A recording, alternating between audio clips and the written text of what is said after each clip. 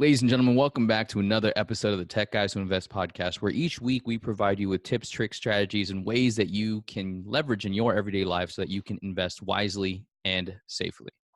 And one of the ways that we learn about real estate and about investing and increasing our financial acumen is through books. And Adam and I have read quite a bit of books this year. Some books we've read almost the same books. Other books we are reading different books as well. And that's the beauty of it. And we share information with each other, and we figured we should share this information with all of you because it does pertain to becoming a better investor and increasing your financial education.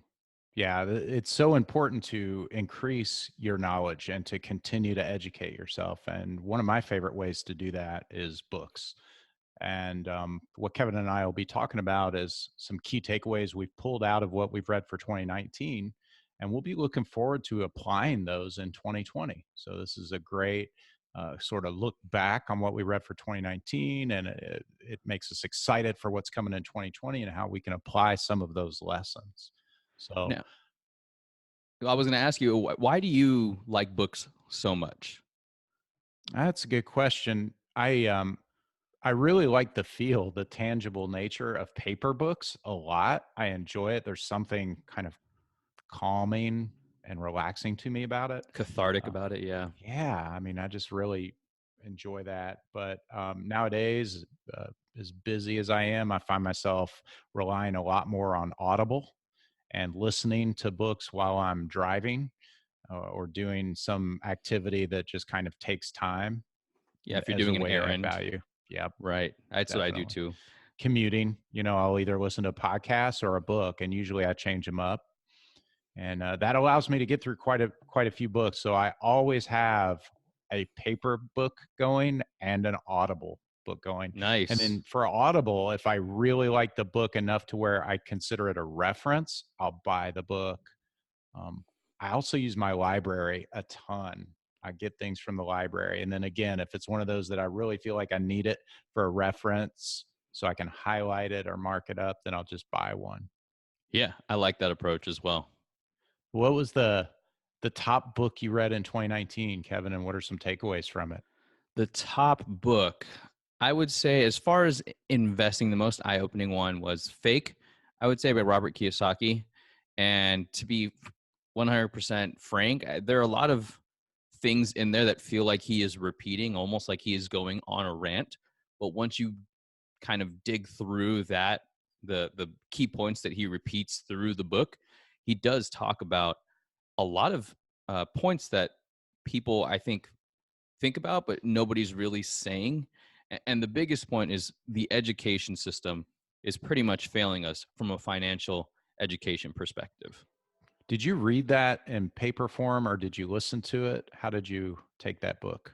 I read it in paper form. It was recommended to me. I wanted to get it on a Kindle or an ebook, but I couldn't. So I just bought the book as a hard copy and just started reading through it. I'm listening to it on audiobook right now, and I'm about 3/4 of the way through it. I found what you found also. He repeats a lot, but I believe that's part of his teaching pattern Yeah. because he does an incredible job of breaking down really complicated subjects into very, very easily consumable, simple concepts. And I think he repeats it a lot because they're more complicated than he's making them sound. Yeah, I agree. And there is something to be said about how we learn as people, and that repetition is quite helpful. This is why some people reread books, and when they hear the message at one point in their life and they hear it at another point in their life, it may do have different impacts on them. But for this book, really the motif, if you will, was to get away from fake assets and fake teachers. So people that are talking about, oh, you need to just save or you need to just invest in Wall Street. What I took out of it is to be more purposeful with your financial education. Don't just be a mindless drone and say, oh, I have a 401k. This is all I need, and just invest in that. So dive into it. If you really want to look at your 401k and think that that's going to be this thing that will generate wealth for you before you retire, look into it, explore it more, look at the fees associated with it, understand the mutual fund that you are investing in or the target date fund, start digging holes into it and start understanding what it is that they're doing instead of just saying, all right, this looks good. Because that's what I did. That's what I did when I first, when Me my too. first job at Oracle. Oh, there's a company match. This is free money. Let me just throw it in here, not knowing anything about it. Said, oh, this looks good. There's a number here that annualized return. They're projected to do this. I'm going to go with that. But I never looked into it any further than that. When I started to dive into it and learn more, I said, oh, hold on. I don't like how there's not enough control for me, and I don't understand exactly what it is they're investing in. Yeah, I completely agree with that. And it's one of the reasons we have this podcast, is to help others uncover this and increase their financial intelligence the way we are. One thing that Kiyosaki also talks about in that book, of course, he mentions real estate as an asset that you should definitely invest in. But he starts talking about gold and how gold is part of the global economy and how the U.S. has moved off of the gold standard. I'm still kind of new to that whole concept and investing in gold. I don't know much about it. I haven't explored that. So if you do invest in gold or know people that do and would be willing to be a guest on the show, we would love to have them on. So just send us an email, techguysinvest@gmail.com. Yeah, one of the most interesting things in that book that he said uh, was about how the gold is the tears of God, is what that one Right. Yeah. shaman or sensei told him one time. And he said, if you invest in some gold, that amount will return to you in cash flow. So if you invest like $1,000 in $1,000 worth of gold, you will increase your cash flow by $1,000. And thought, man, that's interesting. Might be worth buying an ounce just to see if that happens. But don't mindlessly do it. Do some research before. That's Yeah. what the biggest theme I got out of it. Well, for you, Adam, would you say is a book that when you look at 2019, what book had the biggest impact on you and what did you learn from it? A book named Late Bloomers by Rich Karlgaard. Mind-blowing book about how most successful people are not the young prodigies that the media sensationalizes. Like these really young, super successful, either internet startup CEOs or Right. even pro athletes or entertainers, singers or actors. You know, the media really sensationalizes those young people who hit it big and they're just hyper successful really early. And what he says is most successful people don't even get started with their passion until they're in their 40s. But our modern culture screams that you're a failure if you don't know what you want to do early in life, and if you haven't made it by the time you're in your 20s or 30s. And then he talks about how the educational system is completely broken and compounds the problem, makes people kind of focus on test scores, SAT scores, college performance, and all of that just increases the problem.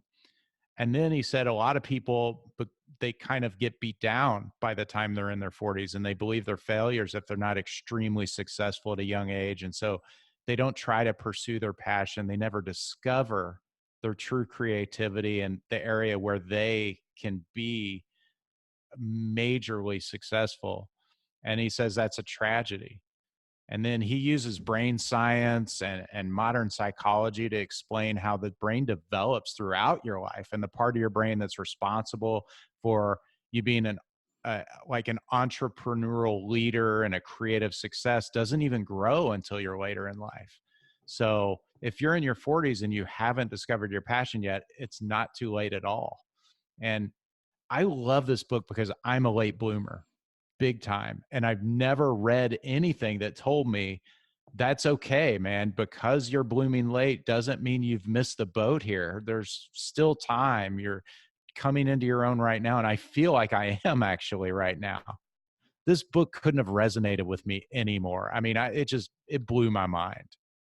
That's awesome. I'm glad that you had a book this year that really made an impact, a huge impact, and kind of it sounds like it fortified your position in doing things like the Tech Guys Who Invest and multifamily investing.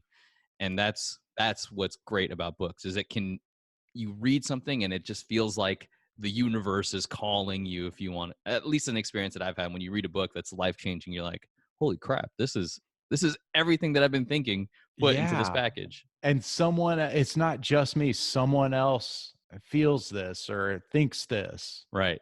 And I thrive on feedback. So having this as a kind of a affirmation that it's not just me, I'm not alone, and this is a thing that's real was just really awesome for me. I mean, it helped me a lot. So loved that book. That's What about awesome, man. another one for you, Kevin? There were a couple books that I read pertaining to marketing by Russell Brunson. He is the founder of the ClickFunnels and Funnel Scripts.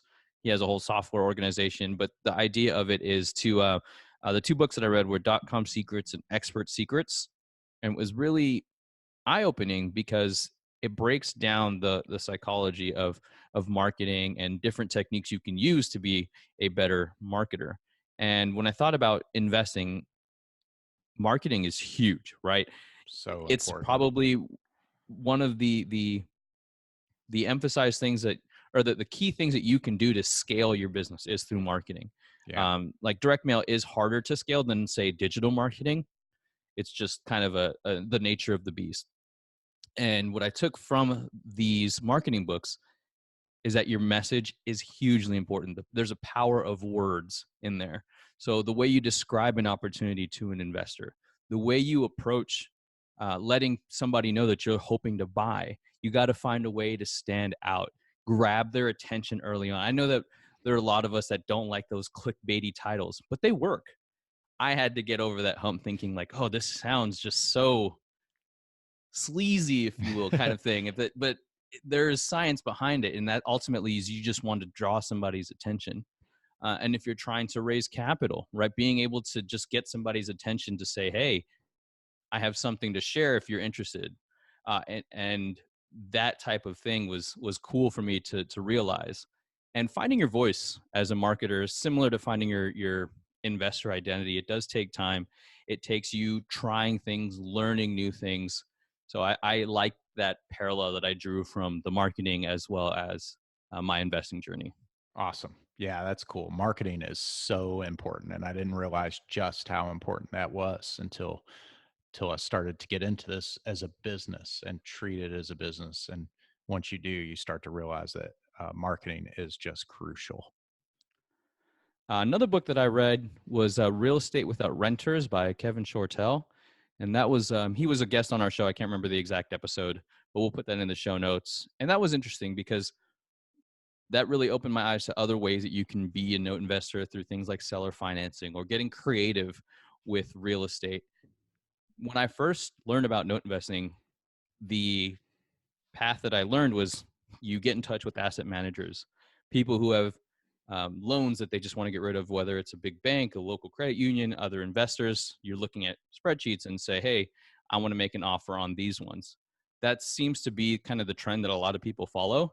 But this book kind of opened my eyes to saying, oh, that there are other ways out there that you can buy notes. And there are people who are seller finance notes that you can get to them directly using public resources like the county website to figure out which addresses or which homes are seller financed. Then you can write letters to them. Or if you wanted to scale it, you could do digital marketing for them.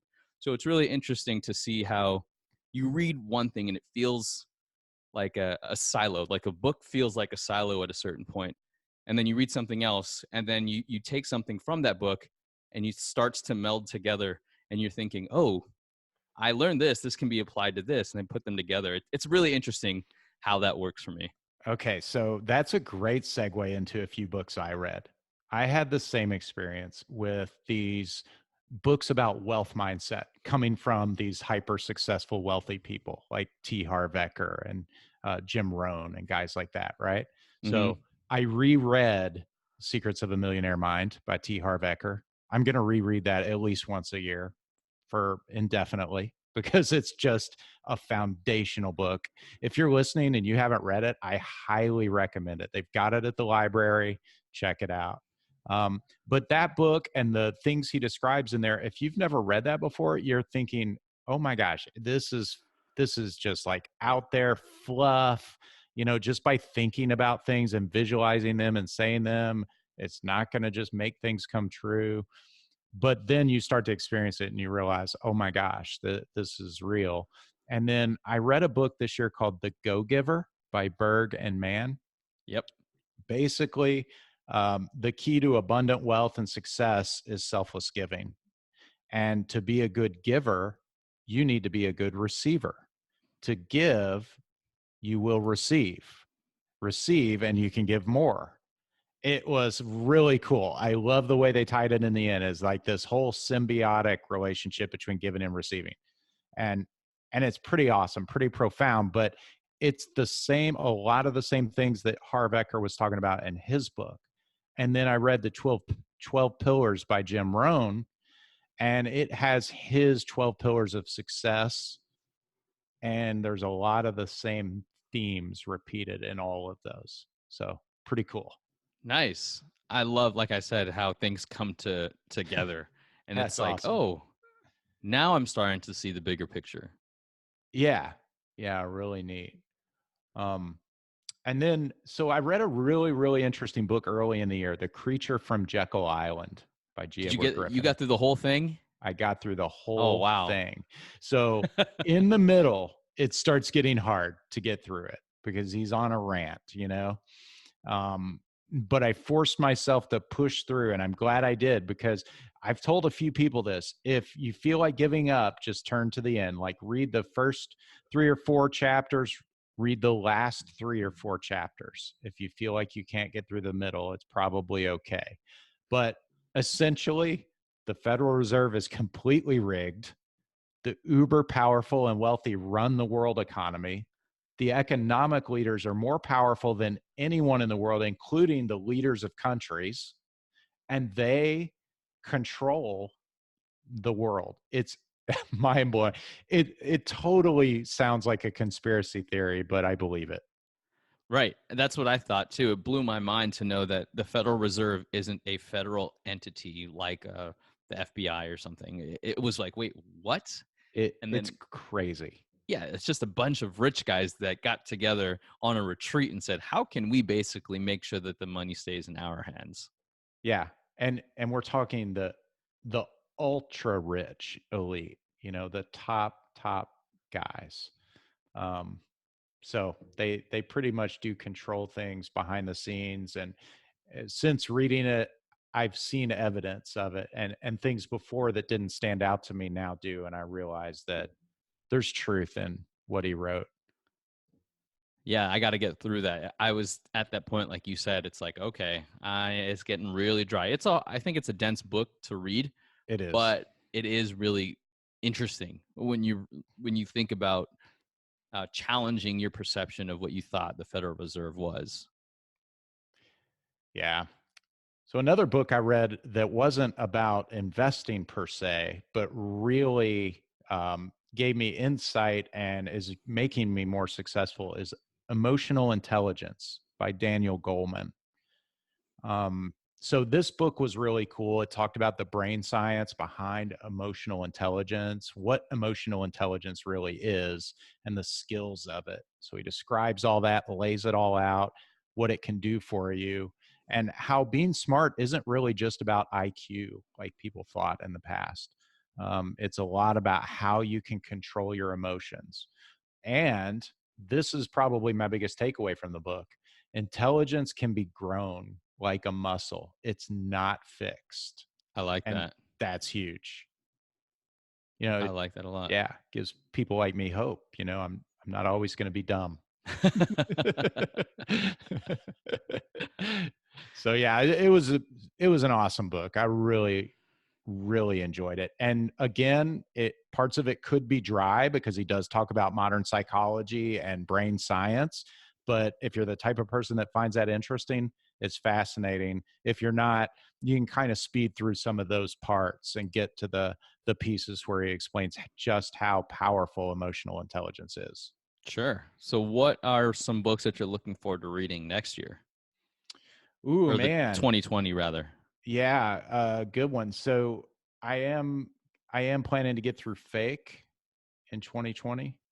I want to get through that one. Anti-Fragile. I'm going to try Right. that. I Right? heard that book was really good too. Yeah, me too. So yeah, I'm looking forward to checking that out. Killing Sacred Cows is probably going to be my next book. Oh, interesting. What's that book about? That book is about how um, our traditional education system and the not necessarily our education system, what you learn in school, because they don't really teach you about money, but our like financial system that people are conditioned to just take as truth. Go to work, get a job, invest in a 401k. That is The all. American Dream. Yeah, right. Exactly. He talks about how that is all this system that has been set up for the ultra wealthy to profit from the financially naive, and what you can do about, like, how you can educate yourself to break out of that. Exactly what you and I are doing. I mean, we call it escaping the rat race. He calls it killing sacred cows. So if there was a, to our listeners out there, if there's a book that you'd recommend from a multifamily space to help them if they wanted to learn more, or they can get an in-depth look at how to invest, what book would you recommend? Ooh, that's a really good question. For multifamily, Rod Cleef's book is a good one for just a lot of information about what to expect when embarking on your journey, including some good details about like deal analysis, due diligence, uh, building your team and things like that. So that's a really good one there. And then there was one by David Lindahl and Donald Trump. It's a bit dated now, but the concepts in that one were really good. Um, I'll have to grab the title there and throw that in the show notes for us, because I can't remember the exact title of that book right now. That's a good one. And I've been told that Joe Fairless's book on multifamily is a really good one, but I haven't read it yet. So that's on my list for 2020 as well. Nice. Yeah. How about yourself? What are you looking forward to reading in 2020? So I want to get through the Creature of Jekyll Island. I think that would be an interesting book. I'm really looking forward to, I guess, holistically how the financial systems work from that perspective. That's what I want to grow my brain in that capacity. I want to also look more into just the psychology of focusing. That's something I struggle with. So I want to know what can I learn about how to focus and how that can help me be better. Because one of the key things about successful people in whatever area of life is the most consistent thing is that they have this weird innate abnormal ability to focus, removing all of the distractions and being able to hone in on this particular task or this particular um, skill set that they're trying to improve or that goal. They have that ability to do so. And I think that for me, reading books and trying to apply nuggets that I get from books to help me focus better is what I'm looking forward to 2020. Nice. Awesome. So, yeah, we'd love to hear from our listeners about books that you found very valuable or profound in 2019, and also things you're looking forward to reading in 2020. Feel free to interact with us. Throw that up on our LinkedIn page by responding to this post, and we'll share that out. Thanks, everybody.